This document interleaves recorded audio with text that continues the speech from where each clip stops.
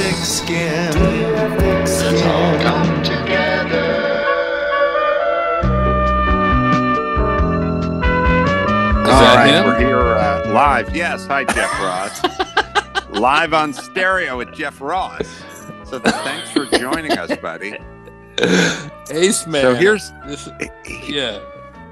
Well, so here's the interesting thing. Mike August talked to the stereo guys, and they said, "Do you know Jeff Ross?" And we said, "Of course we know Jeff Ross." And he said, "Oh, because he's just killing it. He's putting out so much material." So here we are. Where are you? I'm sitting in my house here in sunny Los Angeles today, enjoying a great afternoon, getting to talk to one of my oldest buddies.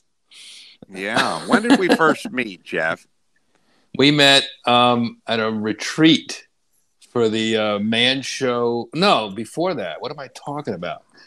We met through Jimmy Kimmel. I picked you, Nana, because you know she has a thing. My dog has a thing about Jimmy. She barks whenever I mention his name. Let me go in the other room. Yeah.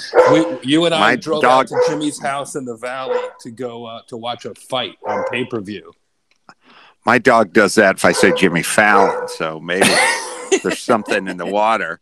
So we drove out to Jimmy's rental house out in the deep, deep valley, right? Mm-hmm. And I was always impressed by you guys had this connection right away, and you were letting me into your little love circle.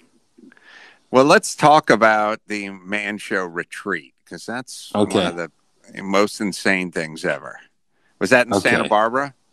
I can't. We all drove out, I think, in a big van on that first one, or we met there. What it was is Dr. Drew and I were doing colleges, and we did University of Santa Barbara. And so I said, I can go on the Man Show retreat, but I'm doing a show Saturday night with Dr. Drew. And then we all drove out. Me and Drew just did the show. And then after the show, we went to, raise a little hell. You remember going to the frat house? I don't remember. I had a bad back, so I don't think I actually went in. I think I had to stay outside. Was there a story with the masseuse and breaking wind? I don't know if I was stressed or hurt, but we were playing football and I hurt my back, and I had to hire I didn't know you guys as well as I know you now, and I hired a masseuse to come in and rub my back during the retreat. And in the middle of the massage, cousin Sal, Jimmy's cousin Sal, one of my besties now, but at the time he was just a troublemaker, and he basically, a guy who invented Asperger's. He was the first maniac who would do anything to get a laugh from Jimmy and you. And Sal busted in and started interrupting the massage. This woman was mortified, but it was pretty funny. I thought there was a good fart in there somewhere. But I'll tell you the thing that's kind of interesting is Jeff, and I should give him the plug, by the way, Thick Skin with Jeff Ross, available on Apple Podcasts, YouTube as well. Thank you. And you can follow him on the Stereo app at Jeff Ross. At Jeff's core is a very sweet, likable, affable, sort of the opposite of the roast master, or what most people would think. So, well, there's certain guys are just kind of sweet guys. Like they're just nicer than other guys. Jeff is that guy. So Jeff would be sincere and earnest. And then Sal, I remember, what I remember from that all these 20 years ago? Yeah. Here's what I remember. You were getting a rub down. Sal come running in there, start farting and screwing around with people. And you said something to this effect to Sal, like, come on, this woman's a professional. Like you were making a case for the masseuse, but almost from come on. I said this is a married woman, and you're like, a bunch of guys walking in on her or something to that effect. Like anything was going to stop him from messing with me. I know. But did we go? It's a it's a lifelong friendship with the Man Show universe, and since then, and because you're new to stereo, I wanted to try something with you, Adam, and you can volunteer for this or not. But I'll volunteer for it. Since we've been friends for so long, and we've done roast together now. We've roasted Hugh Hefner together. We roasted Alec Baldwin together. And we roasted Pam each other. Anderson, too, I think. And Pam Anderson, which was, basically set my career off because that was such a great roast. And Jimmy Kimmel, our pal, hosted it. And Sarah Silverman was on that show. And Courtney Love. And it was one of the greatest roasts of all time. And I think we could tell some roast stories today. But I've been doing something on stereo which allows the listeners, our fans, kind of in on the joke, called Roast the Host. In other words, if you're listening right now and you have a good roast joke on me, or Adam, if he's up for it, we'll hit the buttons. We'll hit the buttons and let you guys carry some of the comedy today. And we'll just see how thick our skin is, Adam, to see if we can take it. Well, if they're good... I think, what is the component? You want to roll right into it, or you want to try to explain like we what can makes explain a good it. roast joke? I love the way you break things down more than anyone in the world. What makes a good roast joke? My quick take, and I'm curious about yours, is the economics of the language. The shorter the joke, the better. I like a joke that sums up the whole thing. Like Sandra Bernhard, I wouldn't fuck you with B. Arthur's dick. What is it? 6 words. And you it's a joke on 2 people, My roast feeling is it has to be something like if you're doing Pam Anderson or Alec Baldwin or whoever you're doing, it has to be something that's universally recognized. Like everyone goes, oh yeah, I know that, but no one else has ever said it. So that's the key. When I was Mr. Burcham mania from K-Rock in the mid 90s, the reason that character was so successful is because he played a horrible shop teacher from junior high, and everyone went, I've had that guy. I had Mr. Woodson when I was in the 9th grade. So it was universal recognition. No one had ever done, there'd never been an SNL sketch with a shop teacher. Right. So you have universal recognition and no one's ever done it. That makes it a perfect home run, right? It makes it a killer joke. Yes. If you tell a joke, if you're talking about Alec Baldwin and you say something that everyone understands and then say something no one's ever heard, that's a killer joke. I search for for common denominators. In other words, if everyone knows something about everybody, then the joke can be shorter because it needs less setup. If everyone knows Alec Baldwin hit somebody over a parking spot, I don't have to go, and that time you hit somebody at a parking spot. Right. If everyone knows Donald Trump played, Alec Baldwin plays Donald Trump, you don't have to. That would be better than an obscure movie reference that no one gives a shit about. There's also a strategy part of the game, part of the roast. Like when are you going, who you're going behind. I remember when we were doing the Alec Baldwin roast, they kept feeding me these jokes because I think Blake Griffin was going before me. And they kept feeding me these jokes about unfunny, but he was funny.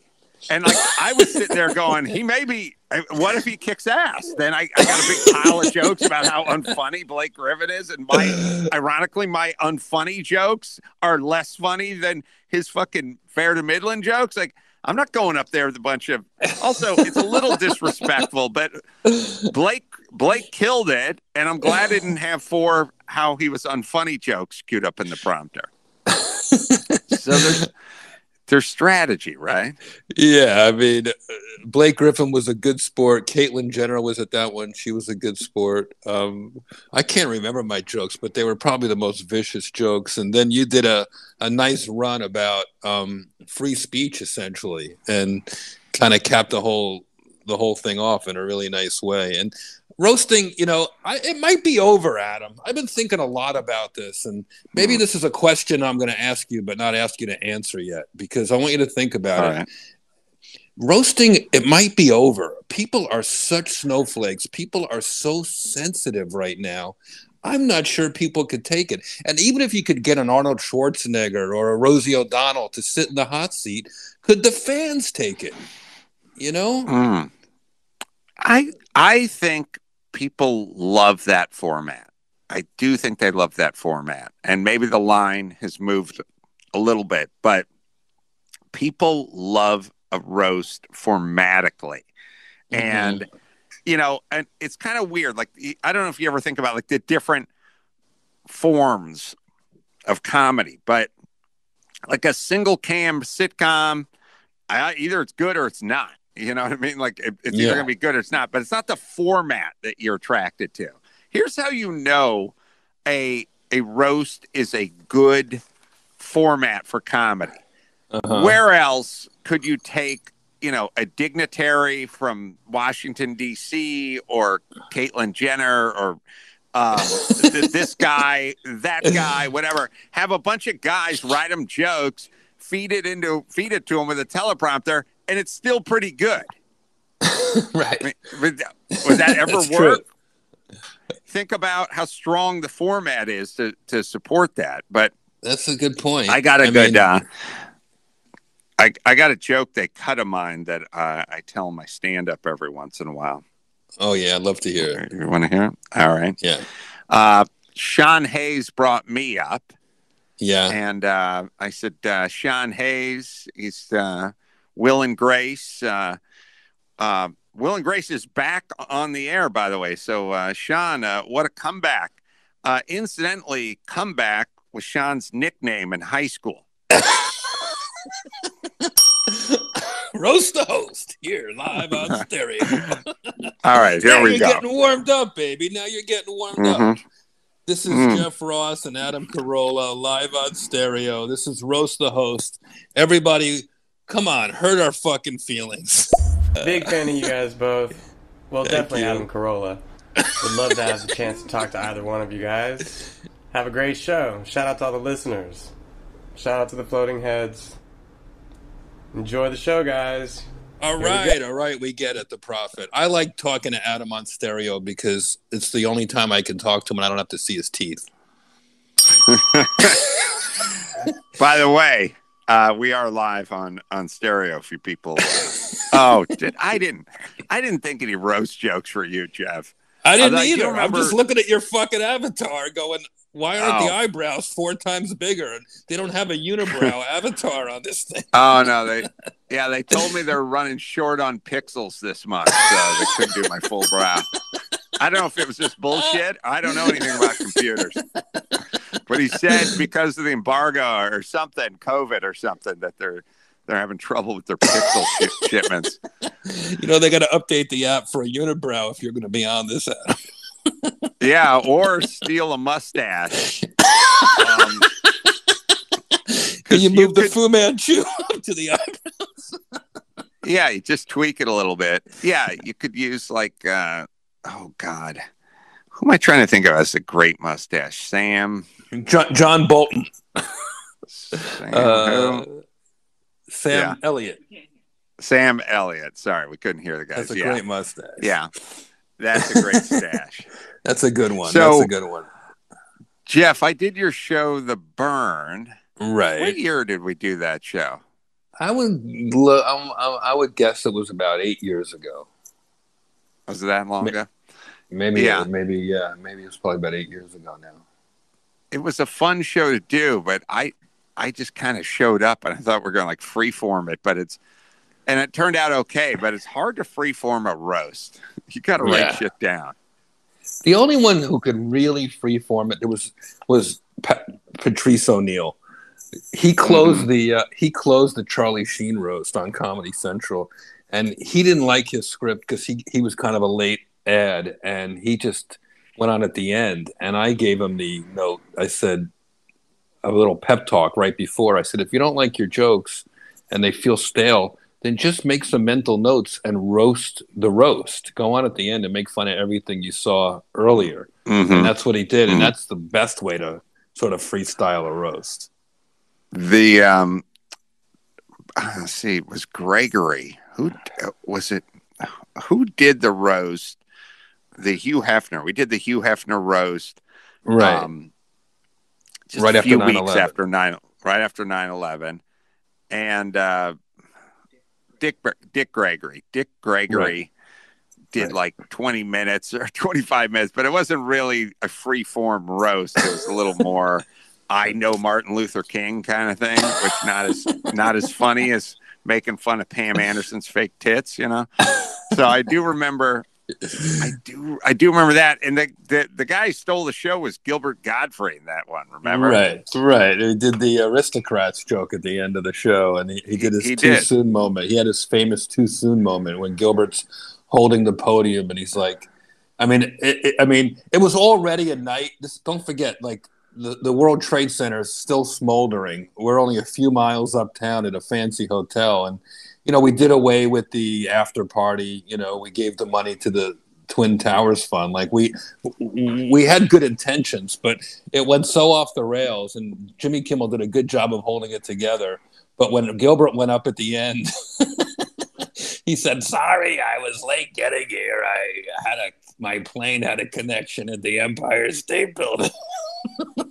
Oh yeah, it was crazy to say that. And somebody yelled out "too soon," and that's when the "too soon" thing kind of started. Oh really? That kicked off. Yeah. He said Jimmy did a good job holding it together, but he wasn't hosting that one, was he? Oh yeah. He was. Yeah, he was. Right. He had the first 9/11 joke. Right out of the gate, he kind of. Cedric the Entertainer was there. It was also my buddy Rich Eisen always likes to remind me that everybody who became big on TV was there, like Stephen Colbert, Stephen Carell. There was a lot of other, like Patty Hearst was there. Yeah.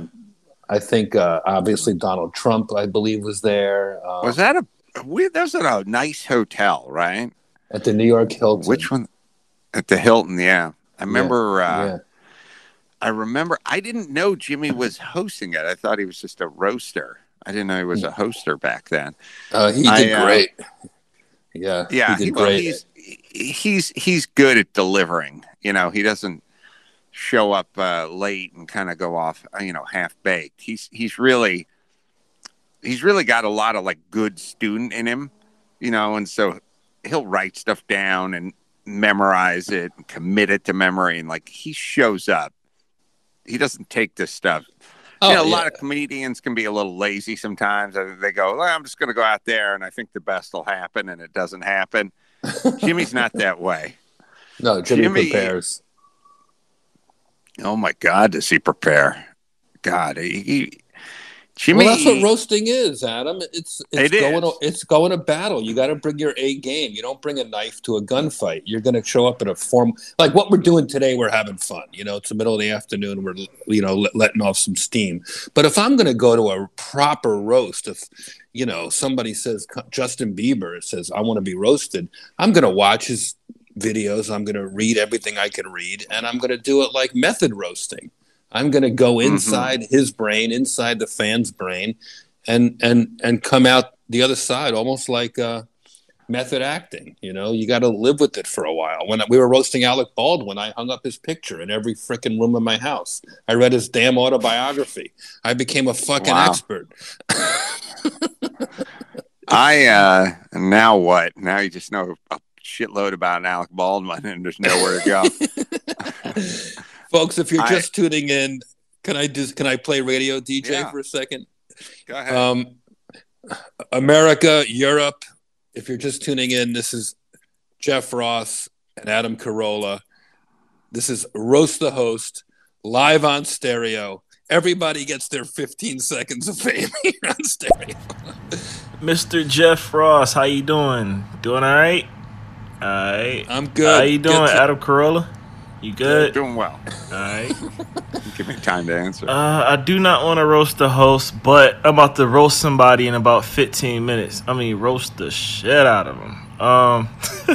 It's just what I do sometimes, but I'm sorry, I don't mean to keep y'all, but carry on. Much love to you. What the fuck was that? A threat? Come on, straight facts. You could do better than that. Yo, what's Jeff, up, guys? how It's your high are boy you right Ryan now? From Illinois. I just took my first hit of the day, Adam. But you called me All out. right, You got me. so pretty high. Okay. So the first hit cuts the deepest. You know that.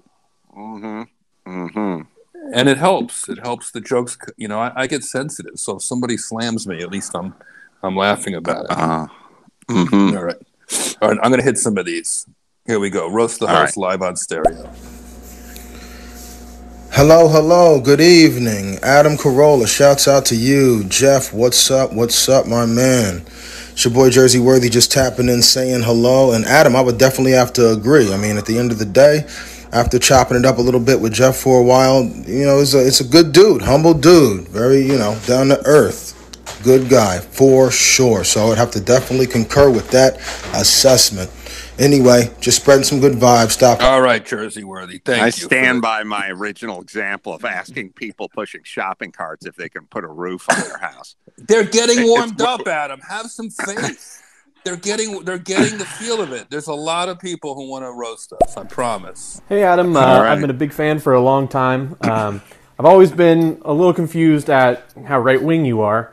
I'm curious what Jeff is and what he thinks of your political beliefs. Oh boy, this is hot roast talk. These are messages are from the beginning when we just said hi. So we're working our way to the roast ones, but please feel free to answer. Yeah. Let me address this. Yeah. I think about this all the time. I did a show called Loveline 25 years on the radio. I defy you to find me one of my opinions from fucking 25 years ago that's changed at all. And I fucking completely reject this, like, right-wing policies. I'm fucking pro-gay marriage, pro-pot, pro-fucking everything. I don't want your shitty government fucking up my life. That doesn't make me a right-winger. Not in the NRA. I don't have guns. I don't give a fuck who gets married or what they ingest. It's their business. But I do have thoughts about not giving away 50% of the fucking money I own to an inept government who flushes it down the toilet. So if that makes me right-wing, then so be it. But I challenge you. I gave every single one of my opinions 25 years ago. Go find one. Go find one that's changed. Fire. I love it, man. Fire. Oh, I'm so tired of everyone. It's like, you assholes. If someone just disagrees with His Highness, like, oh, your right-wing talking points. There's no fucking nothing right-wing about me. It's insane. I always thought of you. Whatever, you just design this new thing called right wing, and then you hang it up, hang it on me like, oh, you're right winger. No, I'm not.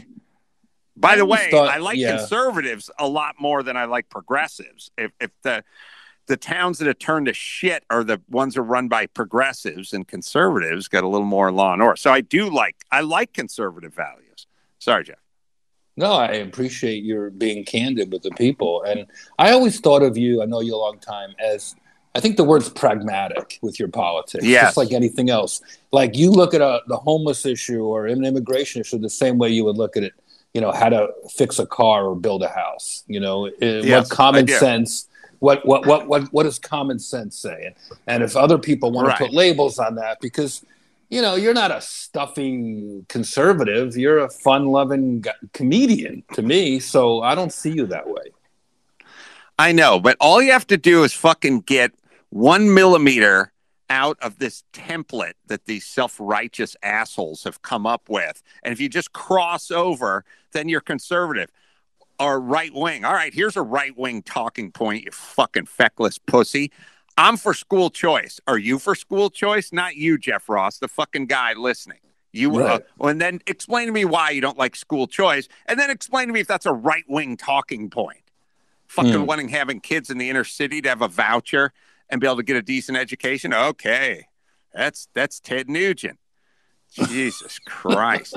The media is so fucked up. Everyone's so fucked up. That's all I have to do is you just disagree with His Highness on one thing, and all of a sudden Come down and tell me why I'm wrong. Ugh.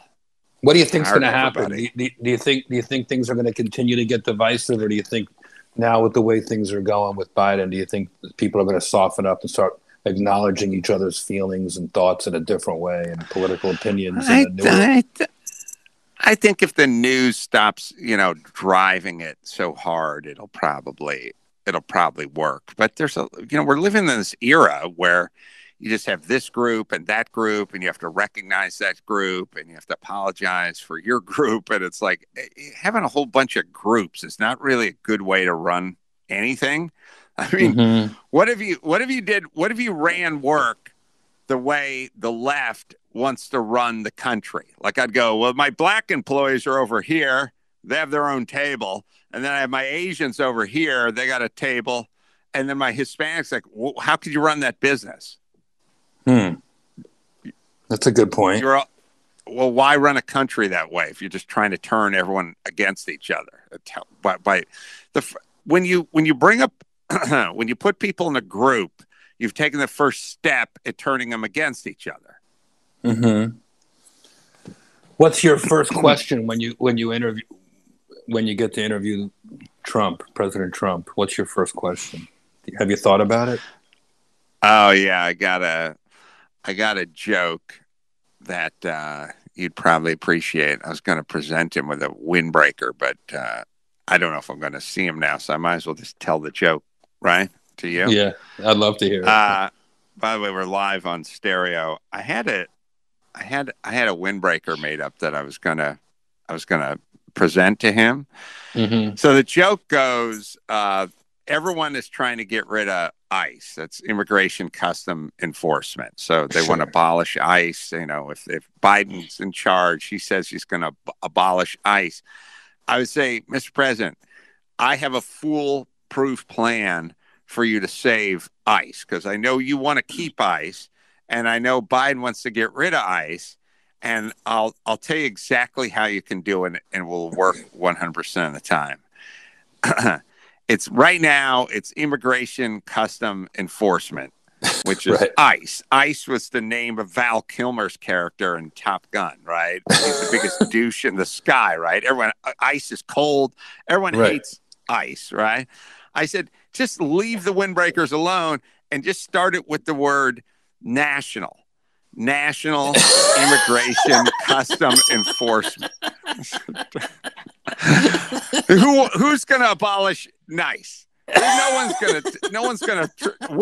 It'd be political suicide if you said I want to abolish NICE, and it would be an attractive recruiting. It'd be great for recruiting, because instead of the ICE and all that baggage, you'd be the NICE officer, and you could get away with anything. If you had that thing on, you'd be like, what's that guy doing beating the shit out of that grandmother, that Guatemalan grandmother? And you'd go, I don't know. She must have done something wrong. He's a nice agent. He must. Nice guy. Nice guys finish last. I will. I think he would have liked that. I think he'd like that joke. I'm an expert on Donald Trump's sense of humor, having roasted him a few times. I would give him the whole. I'd give him the windbreaker. That's such a good idea. It looks pretty good on the windbreaker too. I'm surprised you never got on any of those roasts, the Donald Trump roasts.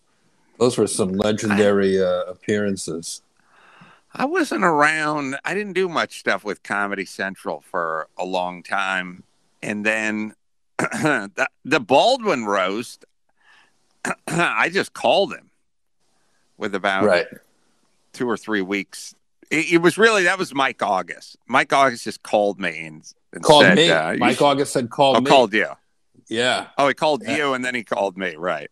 And he said, you should do the Baldwin Roast. And I was like, And he's like, call Alec. And I'm like, I don't want to bother the guy. They got their lineup. And then it's like, call him up. So I called him up. And here we are. I'm really glad I did it. You're a highlight. Thanks, buddy. Amazing appearance. And it's not easy when you're up there following such great comics as Caitlyn Jenner and and Blake Griffin. Blake Griffin. Trying to be good. Well, also, people don't realize that you get out of it for a decade and things have changed. Like, we used to go up there with 3x5 cards, just a stack of 3x5 cards, you know. Right. And you'd also have to pay attention to what everyone was saying before you, because you may have had that same joke in your pile, and it was up to you to kind of weed it out, you know. Right. Now they don't tell you what the other people's jokes are. Well, they don't tell me, but they'll go like, somebody's going before you has got a joke that's kind of about that. Maybe you should pull that one out or something. Oh yeah, it was torture. Here, I just found some of my jokes. Caitlyn Jenner. Wait, hold on.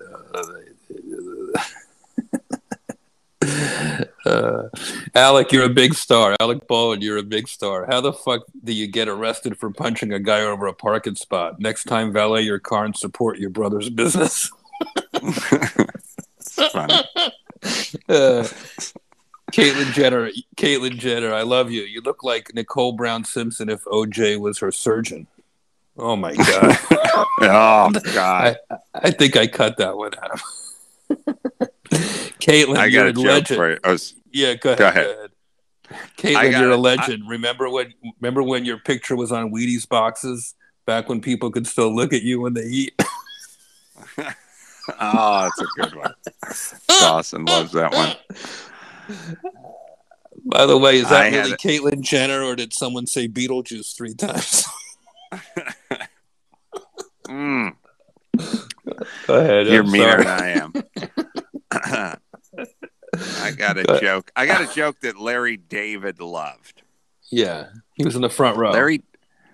He was close to the front, or maybe he was in the front row. But in the during front the commercial table. break, yeah.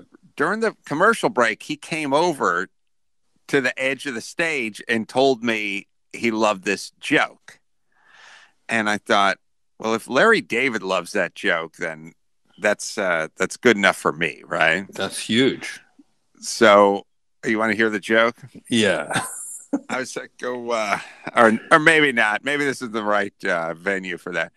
So I said, I had Alec Baldwin, Robert De Niro over there and sitting right next to each other. And I said, Alec Baldwin, Robert De Niro, two of the greatest living actors. Like, what craft, what ability, what gifts.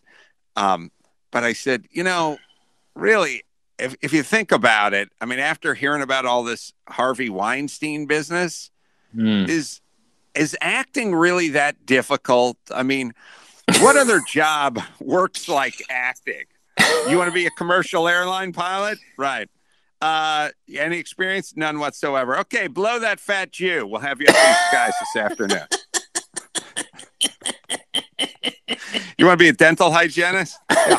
Any experience? None. Okay, blow the fat Jew. We'll see you Monday at the office.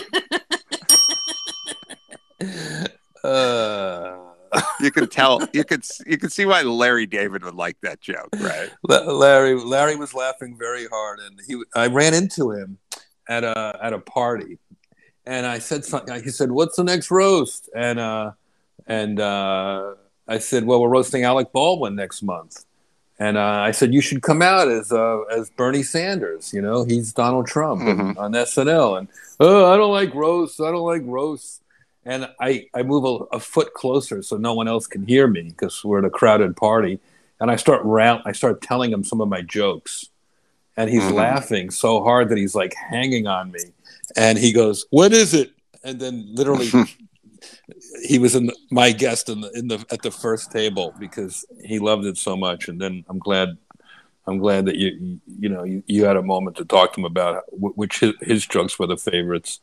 It's like roast brings people together. I always hear that all the time, Adam. I'm like, "Oh, that's too mean. I would never do that." And then I remember Larry King. We were roasting David Hasselhoff, and we roasted him so hard that it almost became the Larry King roast, and he was furious. Oh, you roasted? Yeah, you fragged Larry King, right? And then Larry was he was so mad. And then when Larry King went up and delivered his monologue, he was so scathing and hilarious that he forgot he was mad and had the best night of his life. Let's see. Was this my joke? Let's see. I told this one. This is Bobby De Niro. I know you're going through a tough divorce. That's rough. It's hard to meet ladies, especially at your age. Might I suggest a new dating app for old fucks? It's called Carbon Dating. Don't, took a second there. Don't worry, carbon is black. Robert just dates the sisters. You've been in more black women than the Ebola virus. Forgot all about that joke. We are live, by the way, on the stereo app. How's Robert De Niro? How's our roast host doing? Hold on. Robert De Niro loves beautiful black women so much he's trying to grow one on his face. It's funny.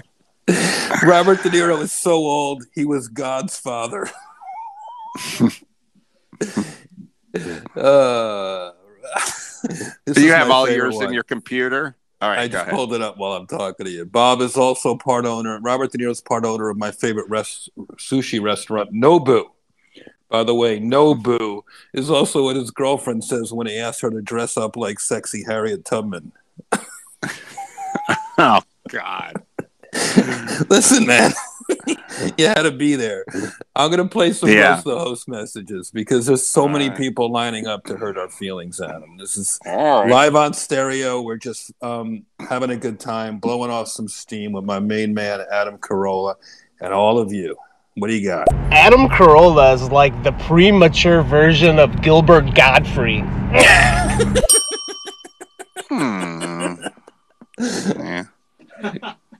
I think you got another one. Well, Jeff, your skin ought to be real thick because you look like a fucking iguana. That's not bad. Thank you, Wesley. You look like an iguana. Adam Carolla is the passion fruit iced tea of podcasts. Oh, I hate passion fruit iced tea. Yeah, this is not awesome. Jeff, you need some more fucking friends if you think that this man over here on your right breaks things down better than anybody in the world. Thank you, Disco Dave, for your insightful comments. Well, let me say this: this is all the calories and none of the whipped cream. You know what we're getting is the negative part of the roast without the funny part of the roast. We'll get there. But no, really, I still got love for Adam. I still have a bottle of Mangria signed by him. I had him signed in Cincinnati at Jungle Gyms. All right, how's the Mangria? I remember going there. Oh yeah, going good. That's good. I have some. What's the other one with the bro? Oh, brose. The brose. That's my favorite. I get drunk on your brose sometimes. It pairs well with yelling at I don't know. I'm trying to make a joke. Homeless person. Yeah, I like that. My guy Adam Carolla is the carrot top to podcast. I don't even get that. Let's see. Hey, Adam Carolla. This is Adam Camry. Nice to meet you. Thank you, Abe. Adam Carolla's career is so washed up, he has to jerk off Jimmy Kimmel just to get a spot on Jimmy Kimmel's show. Ooh, that one cuts deep. To get a spot. I've done Jimmy Kimmel's show more than anybody, I think. Yeah, but how many did you have to jerk him off to get the spot is really the question. No, sometimes I'd give him anal. I'm not a weirdo. I didn't say the roasting would the roasting could be very lowbrow, and I know you're more of a unibrow. You wrote that down 2 hours ago. I did. I swear. I did and forgot where he put his cocktail napkin, and then he just. I did it. All right, I'm growing weary. Let's do one more. You want to do one more? Congrats. You get another $1,000 for being. I don't know what that was. Hold on. Fuck it. Jeff Ross used the caterpillar in Epic. Jeff motherfucking Ross. Yo, Jeff Ross. What? What's your favorite person that you ever roasted? Sorry for the long pause. I wanted to say hey Adam too, but yeah, who's your favorite person to roast? I have a stock answer for that question. It's whoever's next. Because Yeah, it's so fun. I feel that way about prostitutes. But the good news is, Jeff, your job is safe after hearing some of the offerings from the civilians out there. I really think you'd have a better shot at getting a roof put on your house. All right, Jeff. Let me give Jeff a plug here. Thick Skin with Jeff Ross. It's available on Apple Podcasts and YouTube. And you can follow him at Stereo, by the way. Real Jeff Ross at the Stereo App Store at Jeff Ross. I wanted to say happy birthday to superfan Giovanni, who's always been a dedicated soul and helped this show more than just about anyone. I got live events coming up West Palm Beach Improv, November 20th and 21st, and doing a matinee show with Mark Garagos over there, the attorney. We're going to be doing a live Reasonable Doubt podcast over there. So you just go to adamcarolla.com, and you can also check out and put a bunch of our stand-up on the YouTube page, which you can enjoy our YouTube page as well. And Jeff, you got some plugs, or did I hit your plugs? I wanted to ask you about the stand-up, because I've been nervous about doing these socially distant shows, and I hear you're going to Florida where it's still warm enough probably to perform outside. But are you performing inside at half capacity, or what does it look like when you do these shows? Yeah. It's some places are less, some places are more, but people, they end up, it just looks like a pile of people sitting there eating nachos. It's not what you'd think. There's not much of a science to it. It's like the same science for the club. It's the same science for a Southwest flight. Everyone's got to wear a mask, except for you're eating snacks now and your mask's around your chin. Like, it's the same science. It's kind of no science. So the mask doubles as a napkin. Yeah, it's like one of those. You ever see the horses walking in Central Park and they got that poop catch diaper on them? It's that way for Triscuits. I flew. I wore the shield. Have you tried the full-on plastic shield? I can't like put my sunglasses on and use the mask at the same time without completely fogging up my sunglasses. So I'm worried. I don't know. How does the shield work? Well, it's just a big piece of plastic. Like if you go to a restaurant, the waiters wear them now. Yeah, I see that. But you don't fog it up? Oh no, I do fog it up and then I fall asleep. I'm a mouth breather, so. Yeah, me too. My glasses fog up. It's problematic. You lift it up a little bit. I mean, there's no right way to wear a mask, or the whole, it makes me kind of crazy. And comedy will come back. I really strongly believe that. I mean, there's guys out there doing it and adapting like you. And I think comedy will come back bigger than ever. The one thing that I think will never come back, Adam, is close-up magic. Yeah, Trump. I think close-up magic. I think nobody's ever going to want anybody pulling a quarter out of their ear again.